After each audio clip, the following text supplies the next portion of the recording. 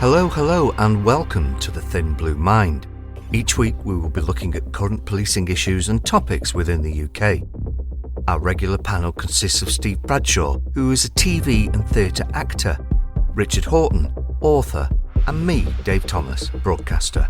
What we all have in common is over 80 years of combined police service.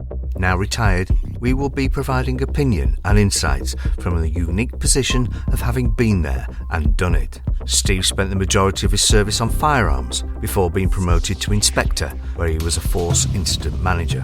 Richard was a career detective before going back into uniform as a response sergeant.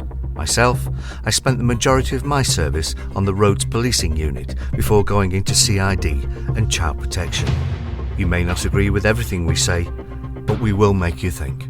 The Thin Blue Mind with Bradshaw, Horton and Thomas. Policing insights and opinion. Hello and welcome to this week's episode of The Thin Blue Mind. We were originally going to be talking about post-incident procedures following a firearms incident and the way police officers are investigated and treated. We're not going to be able to do that this week. Staying with the theme of firearms, we're going to look at the question that's been asked for years now is, should the UK police be routinely armed? There are all sorts of reasons for and against that.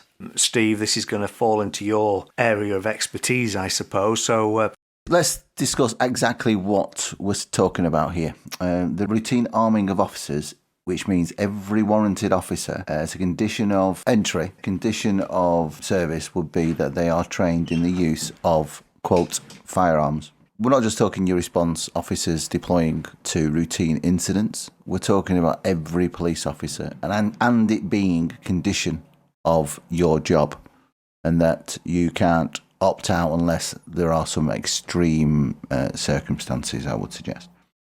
Straight away, for me, that initially causes us some logistical issues, doesn't it? The upskilling of every current police officer and also the skilling of every officer that joins the job, and the massive undertaking that is. And don't forget cost and training abstraction. It was one of the questions that was asked of me when I did my interview 30 years ago. What's your views on arming the police? And mine was really very simple. I am not a good shot. And I've fired various things, shotguns mostly, clay pigeon and the like. I can't hit the side of a barn from inside the barn, is the honesty of it. Now, I bring other things to policing than the ability to shoot straight. But if there had to be a qualification for me in my service that you had to qualify to become authorised to carry a firearm, knowing the very strict and rigorous standards that training is, that might be the end of it for me. Well, that's a good point you raise, isn't it? Because at the end of the day, it's a use of force, as is everything that the police officer carries these days: the baton, parva, taser, and handcuffs. And I'm just wondering, if you didn't have the aptitude, if we were to routinely arm everybody, if somebody didn't have the aptitude to use a firearm, could they be a police officer? Well, routine arming would say not. If we're taking some kind of European model, or God forbid an American model, you would have to pass the qualifications just the same way you'd have to pass your defensive tactics, you'd have to pass exams on law and everything. You'd have to pass your qual sheet. For me, we currently have the standard, don't we? The armed response we have in forces is a select, trained group of people who are trained to a very high standard, being able to respond to a multitude and an array of firearms, edge weapon, other lethal weapon threats that they encounter. I think it would be incorrect to say that every officer would be trained to that level. We physically couldn't do it. And the application and assessment process is long and rigorous because you need to select the right candidates to go on a course. The attrition on an initial firearms course, I think they run courses with 14, 15, 16 people in. You'll get 5, 6 people through that course because, like you said, Dave, it's not just being able to shoot straight. It's the judgment training, isn't it? And then it's the command element of that, and it's the decision, should I, shouldn't I, recognising vulnerability, recognising the appropriate cover. There's a big long list, and the National Police Firearms Training Curriculum lists these, and there is a lot of judgment training and a lot of the decision-making that goes on in an officer's brain. We all know that there are officers out there who are great, who could easily take on the responsibility, and we also know officers who couldn't, and their skills within policing are probably matched somewhere else. The ARV officers have a very rigorous training program where they have to requalify every so many weeks. And if they don't get through, they fail. It's not just about carrying the weapon. It's not just about shooting straight. It's tactics of how do we stop a car? How do we stop a car that doesn't want to be stopped? How do we compliantly stop a car? How do we stop a car that's naturally stopped? How do we enter a building? How do we enter a building reacting to a terrorist threat? How do we enter a building reacting to someone who's just been shot? There is a massive list of tactics that those officers get trained to. And I think that sits well, and any officer who's carrying a gun needs to have all those skills that are required at what's called an ARV standard. Now, there is a standard below that called AFO standard, and you'll probably find the people who are stood outside protecting certain risk buildings, especially in London, Parliament, Downing Street, etc., who would be trained to AFO standard, which is the being able to shoot, be the very bare minimum tactics, being able to enter a building in an emergency to save life, or to seek out an MTA offender, a marauding terrorist attack offender, etc., etc. So that is a much lower level. But even if you look at the training requirements for that, that is massive, that's intensive. I would suggest that's 18% of someone's working life. So if you put that across every police officer and abstract 18% of your workforce any given day, we can't manage now, can we? Just going back to what you were saying, routinely arming the police suggests that every officer will have a firearm to deal with whatever's in front of them. Now, my experience when I was in the police is that most firearms incidents were either pre-planned or at least had some prior notice of something about to go off. You might be able to tell me different, Steve. I can't think of any incidents where it's been spontaneous, where a firearms officer has gone to an incident, perhaps not aware that it's initially a firearms, but then having to draw the weapons anyway. Okay, there's a couple of different layers to, I think, what you're talking about. I just want to establish exactly the scenario you're talking about. And the people that deal with planned incidents are tactical firearms commanders from a command level. They are in ranks, chief inspectors and above. They are we think Dave's got a gun under his pillow. Let's work out a job of how to do that, whether we get him on his way to the shops or whether we go to his house at 4 o'clock in the morning. Let's consider that and let's plan that job. That's a planned job for tomorrow morning, example. An initial firearms deployment is there's currently a bloke walking down the street, looks like Dave Thomas, and he's carrying a gun, stroke sword, stroke large knife, and he's threatening people or he's talking to himself or some other threat element to it. All of those things I do. Perhaps not carrying a gun. Yeah. Or a knife. Yeah. So, yeah, that's an initial deployment. They're run by force incident managers, which are initial tactical firearms commanders, and that's your force duty officer, force incident manager, whichever name you give it in your force. And they're the ones who will say, right, to the firearms officers or the operational firearms commander, which is normally the sergeant or the lead PC who's trained in that role, to say, go to such and such a street, this is the job, I'll give you a very quick briefing, this is your strategy, i.e. I want you to minimise the risk to the public in the area, maximise safety of the cops, etc., and go and see what's going on and give you a tactic to go and challenge you in the street. That's an initial firearms deployment.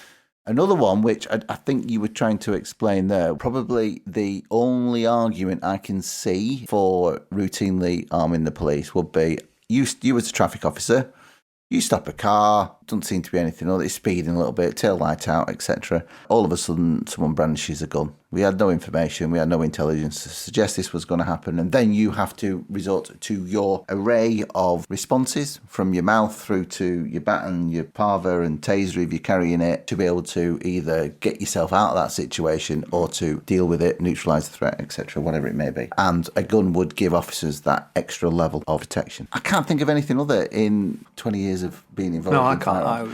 And that's the scenario you're thinking about. And I think that sits with police officers well, because we go out every day and we know that we're going to be exposed to some risk.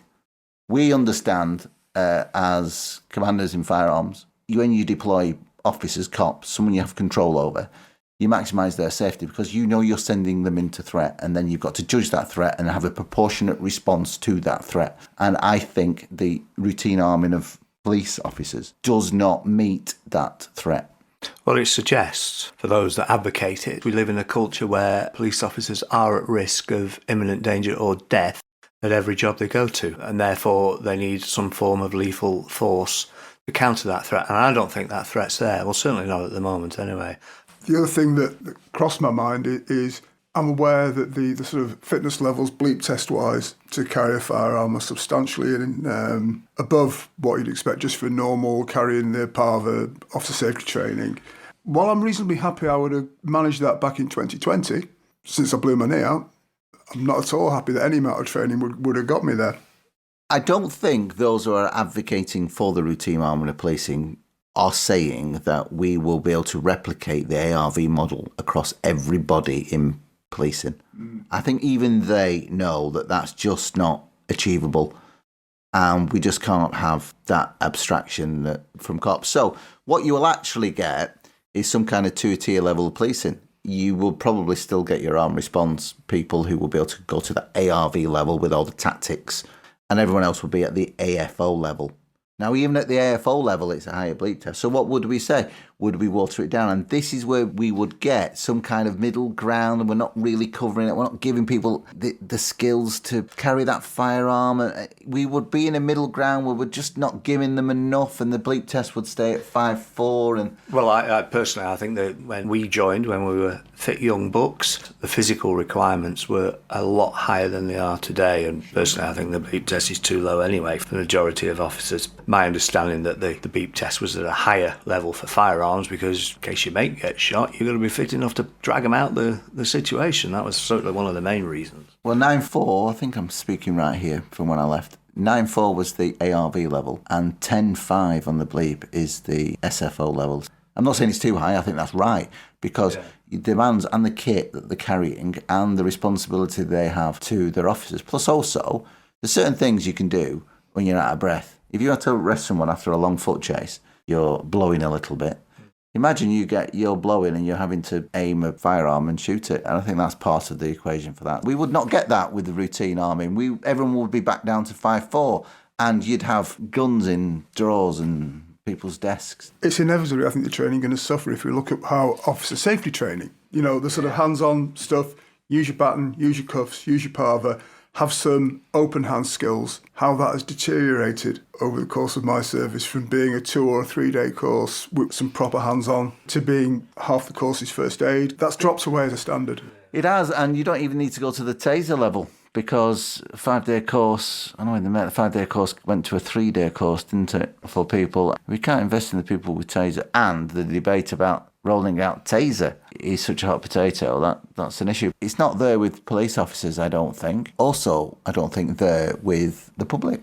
I really, really don't. Before we move on to perhaps look at some of the practical issues, and we've already highlighted some of those, and you've touched on it, I think the best form of gun control is the public's attitude to firearms. And we very definitely have a culture in this country, don't we, of the public do not like firearms. Most police officers do not like firearms, and we have laws and policies in place to ban the majority of the firearms that were previously available, and you only have to look at the US. Just to come back before we move on, so if you've got a police officer without a tactic, who's not trained in tactics, I would think that, and if you've got something like a marauding terrorist attack, a lone actor attack, whatever you want to call it, then to have police officers that are authorised to carry firearms but not necessarily be aware of tactics in that particular situation could be more of a hindrance than a help, and actually might be a danger to the public. Yes, it's a hard one, isn't it? Because there are some scenarios of, cops taking on armed people with the baton and being incredibly brave, especially in the MTA situations down in London, where they've gone running towards the firing. Well, the gloves are off, aren't they, in that situation? Well, there is, and you're a cop, you've got to respond, and you can't be seen to be hanging back. And I've said on firearms incidents in the past when the ARVs have been a little bit too far away, I've said I'm going to have to send the unarmed because we are cops and we have a duty to protect life under Article 2. The problem is if you routinely arm everyone and give them, a week's training a year? Let's be generous. Let's say they're going to get a week's training a year, including some training on decision-making. They already get it with the baton and cuffs, and it's called the NDM. But when you speak to officers and ask them to go through the national decision model, they can't because they forget about it. Because if you're not trained, if you train somebody in something and you don't reinforce that learning and you don't embed that learning by practice, it's going to fall out your head because there's another 500 things you have to learn and count a flashing buttons at you. But you're just counting on the right officer being in the right place, able to take the right shot. And, when's the last time they had a qualification shoot and members of the public could get hit and then ARVs turn into a scene who are the highly trained officers. And there's an AFO level officer who's there in the middle of it and has been injured. Or I'm not saying we don't have brave people, and brave people will continue to be brave people. And I take my hat off to them, but it's just not the way to go. It's a bit like being forensically aware. If you're not tactically aware, you're going to walk into something, be in a place where you shouldn't be, and it's dangerous.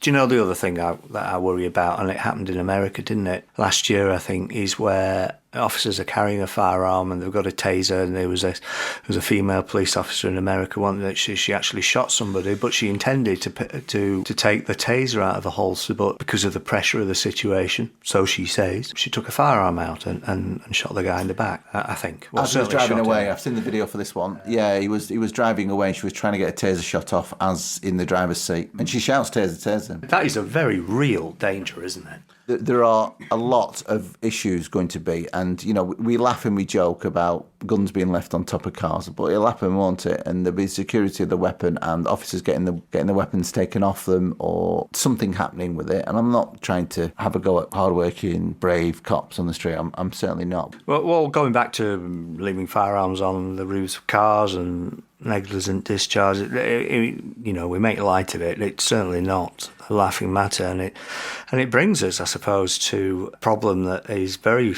evident in every police force up and down the country, is just general fatigue. They're absolutely battered with workloads.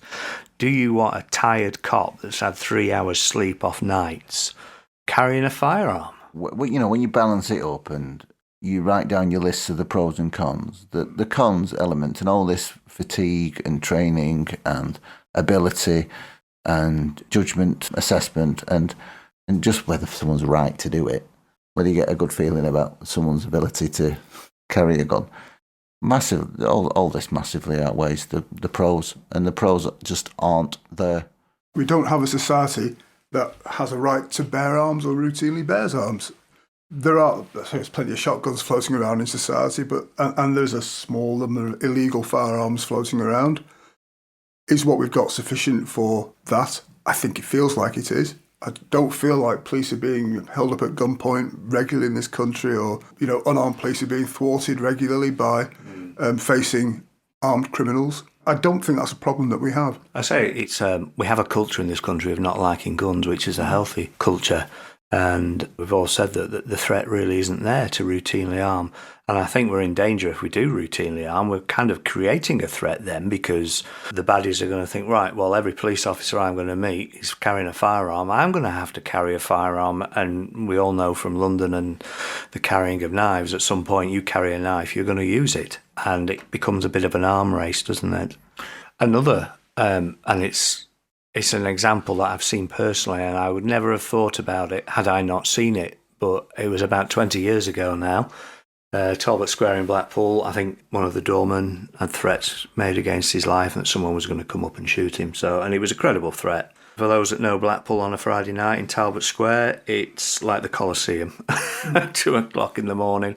It was at a time where police weren't overtly armed regularly. That's not to say routinely armed. And these two firearms officers had to have minders with them, i.e. their colleagues, non-armed police officers, because the public who were in the square at the time, who were drunk, were quite understandably curious, never seen a gun before, drunk, oh, what's this? Trying to grab at the gun. And we had to have police officers with the firearms officers to keep those people away. And again, that is a problem if you're going to a domestic or you're dealing with a drunk person.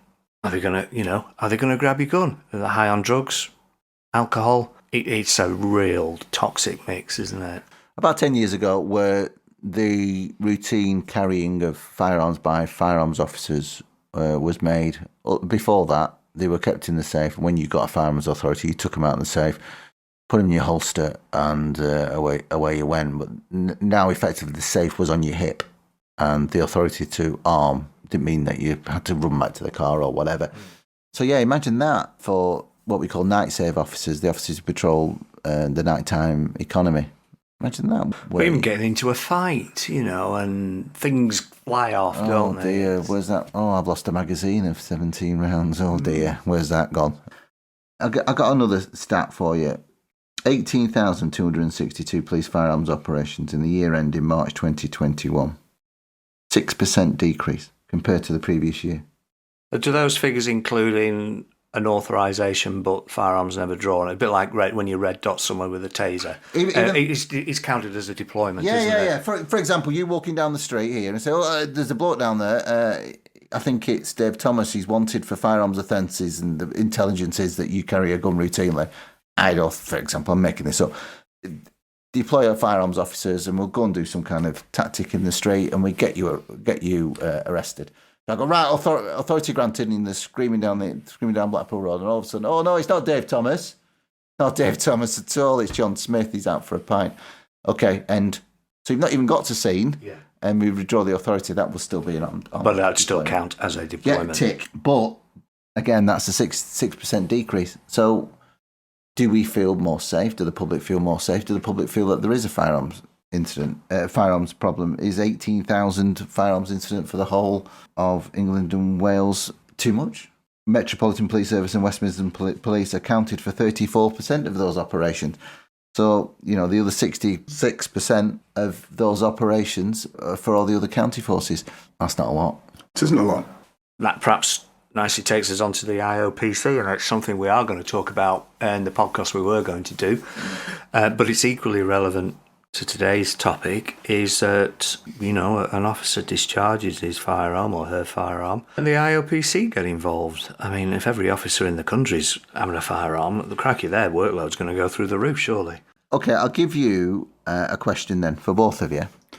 Out of those 18,262 police firearms operations in the year ending 2021, how many do you think resulted in police firearms being discharged? It's going to be, I don't know, 100. Half a dozen at most, I would have thought. 6? 6. Do you think it's low as 6? I think it's as low as 6. And Dave, you're saying 100? It was 4, and that compares to 5 the previous year. I just have a sense for how infrequently we actually discharge firearms. And it's not just about training people to shoot. 4 incidents where the gun's gone bang.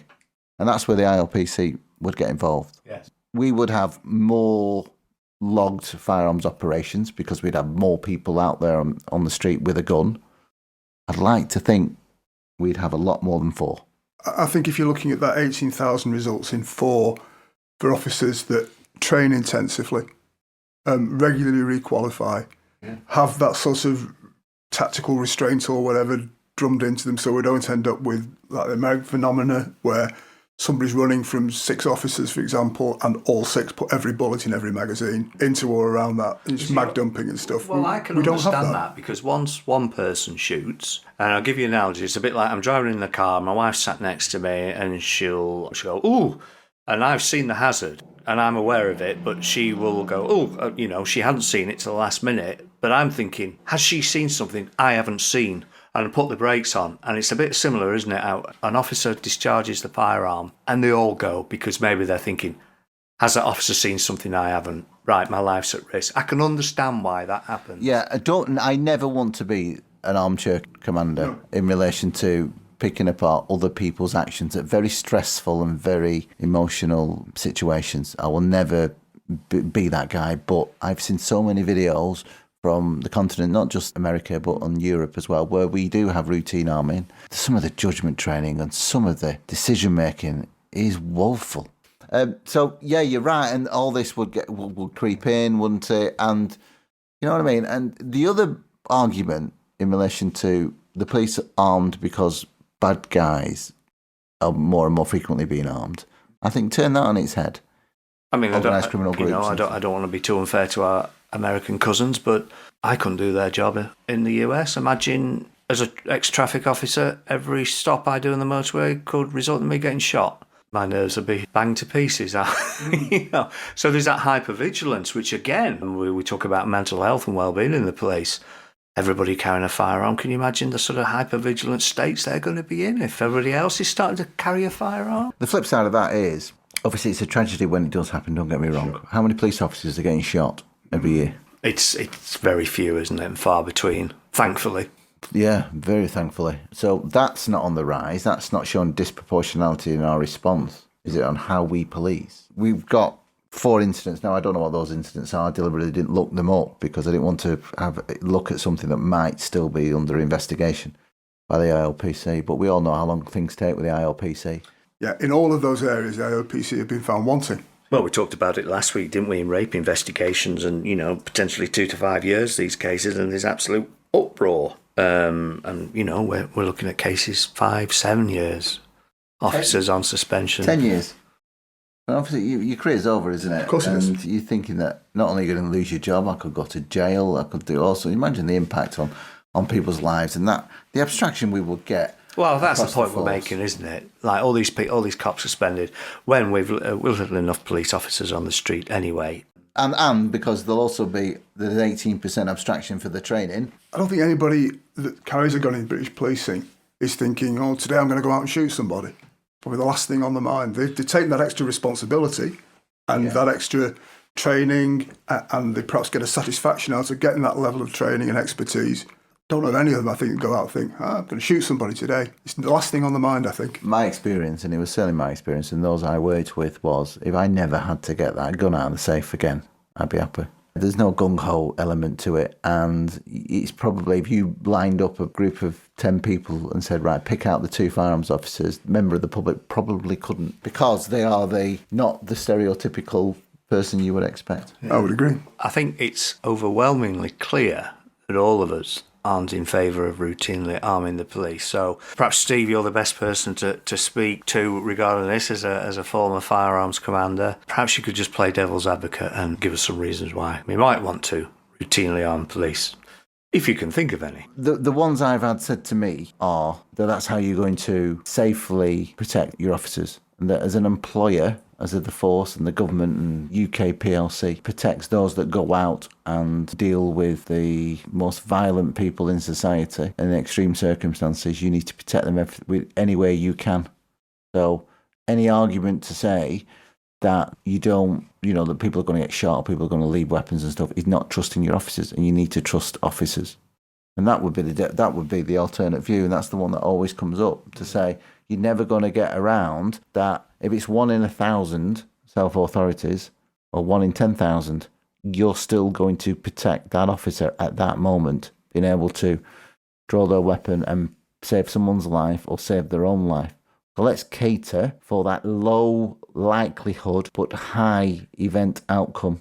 And people say, I'd rather authorise 200,000 people to carry a gun to save that one life every 10 years. That is the alternate view. What that doesn't serve proportionality test. No, and I would counter that by saying that the vast majority of criminals want to keep their heads down. They don't want to attract attention. The only people I can think of, and we talked about the marauding attacks, is the people that have a mental illness or terrorism.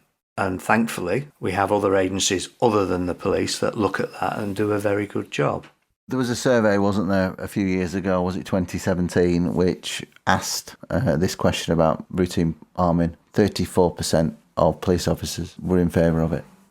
I'm surprised it's as high as that, to be honest. Yeah. I don't know what the public would think. That's the basics. There was an article in The Guardian, I think, it was either today or yesterday, where are the police becoming like the military? And yeah, I know firearms officers these days, they wear Kevlar helmets and ballistic vests and this, that and the other. They're walking Leatherman. But there was a real concern that police becoming militarised. I don't think they are by any stretch, but that was the suggestion. Wouldn't necessarily agree with you there, Dave. Back when I was writing the Nightjack blog, I wrote a piece called Truncheons to Tasers, where I was reflecting on what my kit was when I joined, or what my kit was at the time when I'd written the blog. And I'd gone from having a truncheon pocket and a little inside pocket for a pair of floppy handcuffs and the big hat, to a baseball cap, bulletproof stab-proof vest, military-style cargo trousers, a big belt on the outside with a full chandelier of gear on it, and it just looks very, very different to what it did. The latest iteration of uniform, frankly, it's paramilitary. I suppose some would suggest it's more practical, isn't it? It is more practical. Because I used to hate them woolen pants, especially in the summer. It was a long time ago, and it did change on how we responded to armed incidents. But the Michael Ryan incident, where you've got somebody opened up his gun safe, didn't they? I don't know if it was found property or whatever. Might not have been. But they opened up a gun safe and started giving out, well, you are, Dave, you have a shotgun. Yeah. You have this revolver, this Model 10 we found, and this is an old weapon. Oh, it's a 303. Yeah, there's a 303, yeah. That got left here in 1945. It's probably not that extreme. And again, hats off to the officers who turned out looking for him, don't get me wrong. And, you know, they've got tunics, and they're doing armed searches in... And I would agree. We're better now. We have, because of the demands of the job and what we've put ourselves into, we are better equipped for it. And I think underneath it, we're still the same person that was wearing the scratchy woolen pants and the big hat. It's just we don't look like it anymore. Yeah, it's this looking smart element of it, isn't it? I think you can still look smart as long as you've got a good quality piece of kit. If you've got good standard of uniform. I refuse to wear my baseball hat. You think a 50-year-old's wearing a baseball cap, you can go and run. I was going to say, did you not do a yellow one? On the slab, mate, on the slab. It's quite nice that the public see us as this unique UK policing model where we don't carry guns and we come and have tea and biscuits with old ladies and all the rest of it. That's gone in many respects, but it's not gone all the way to paramilitary and everyone's armed and stuff. But I think there is a need to educate the public to say, we've moved away from Dixon of Dock Green, and we're in a more 21st century role, but we've still got some element of that era of policing that you seem to hark back to. I always tell people as well who go on about firearms officers and being too paramilitary, and they hark back to the Dixon of Dock Green days. Whereas don't forget, Dixon of Dock Green was killed in a firearms incident. Basically, the public don't want it. The police service don't want it. Those who run police services don't want it. Home Secretary doesn't want it. Yeah. The local mayors don't want it. I can't see any police and crime commissioners who are busting a gut for it. I think it sits right and it's proportional and it serves the needs and it serves the threat as it is. Percentage outliers, the 1%, the 0.5% you can't take into your data set, I don't think, either way. You've got to deal with what feels right and what feels proportionate. The Thin Blue Mind with Bradshaw, Horton and Thomas. Policing insights and opinion.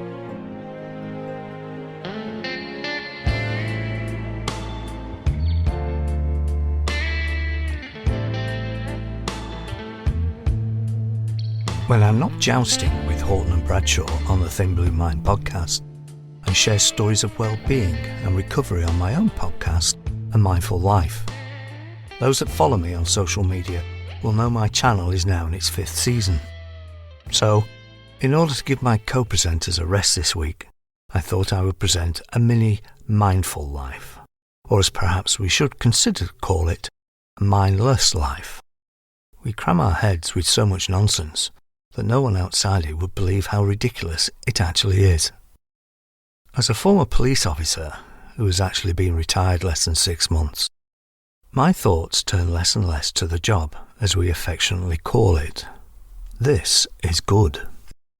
It struck me though, as police officers, we wear a work mask. This is not a bad thing generally. We are presented with situations where we have to be strong for the public who look to us for help, sometimes in their darkest hour. Consoling a family who you've just told their breadwinner won't be coming home whilst blubbering with them is not really going to help matters, no matter how much you feel like doing so. Then there is the strong, silent type mask, who frankly everybody wears. Despite the organisation, or institution as I now prefer to call it, doing their best to convince officers that it's okay not to be okay, the biggest hurdle are the very people they are trying to convince. Vulnerability equals weakness, and big boys don't cry. The toxic positivity of senior leaders being eternally happy with the world only compounds the guilt felt by everybody that isn't. We deal with some pretty horrendous stuff as police officers. Those that have not been there will never understand, and that is not their fault. But we cope and carry on. One of the ways we do this is to normalise the abnormal. This is not coping. It is a mask you are wearing, and if you wear it often enough, you will forget to take it off. Remember your mother telling you your face would stick like that when you pull the face? One day, you catch yourself in the mirror, wondering who you are, and the people that love you the most will be thinking the same. So, be Spartacus and take your mask off. Then help your mate take theirs off. The good news is you will get your feelings back. The bad news is you will get your feelings back. Don't centre your identity around the trauma you have experienced. Who has no idea who they are outside of it? Going back to yourself can be terrifying, but others have done it and felt the same. You are not alone. Heraclitus said, "No man steps in the same river twice, for it is not the same river, and he's not the same man." The Thin Blue Mind, with Bradshaw, Horton and Thomas, policing insights and opinion. Well, that's it for this week. Thank you for joining us. This podcast is in partnership with Policing TV, the leading policing media channel.